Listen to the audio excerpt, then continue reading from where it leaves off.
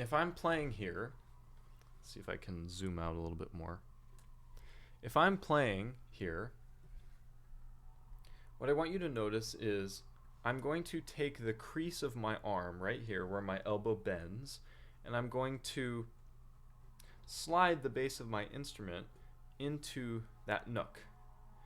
Now wherever my arm ends up with a flat wrist, that is where I'm going to strum. You don't want to keep straight fingers and strum with a crooked wrist.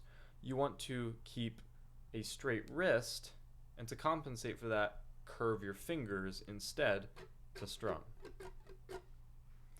Now when we strum, there's a couple different ways that you can do it.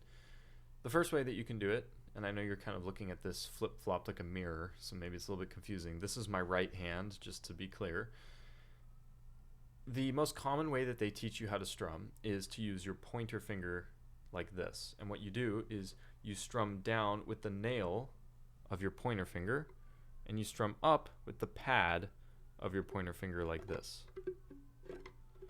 I personally don't like this method. You can do it if you want. What I prefer to do is I actually like to go down with the nail of my ring and middle finger, and I like to come back up with my thumb. So what I do essentially is I keep a straight wrist, I curve my fingers, and if you look at my hand is kind of in a relaxed position. If you just take your hand, hold it out, and just let your fingers go floppy like this, loose and floppy, they're going to kind of naturally make a C shape to a degree. What I want you to do is bring those fingers a little closer together like this, so that your hand essentially looks like this, with the thumb kind of coming over the other fingers a little bit. If you take that and you strum down with the pointer and the middle fingers, you come down with the nail like this, and then you rotate the wrist slightly like so, and you come back up with the thumb. Let me see if I can angle this a better way to show you what I mean.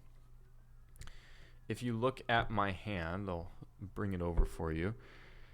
Again, this is my right hand, strumming down towards the floor, up towards me. I take these two fingers, my ring and my middle, I come down across the strings, and you notice that my thumb is kind of lined up here.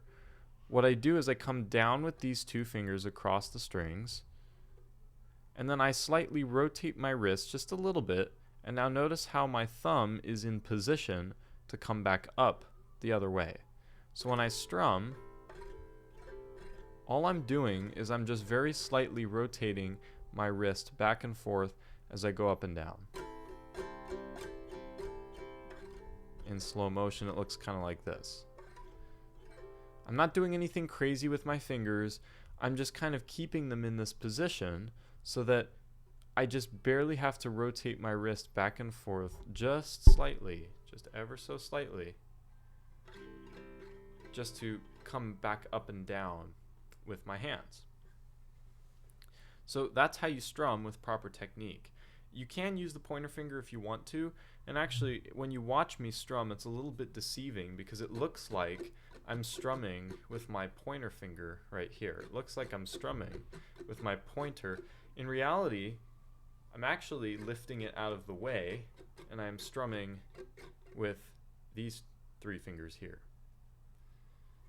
So keep it relaxed, keep it nice and straight, don't put tension on anything, and you'll have the technique of strumming down. It takes a little bit of practice to get comfortable with, and a lot of people kind of have their own way of doing it, but however you want to do it the way you want to do it.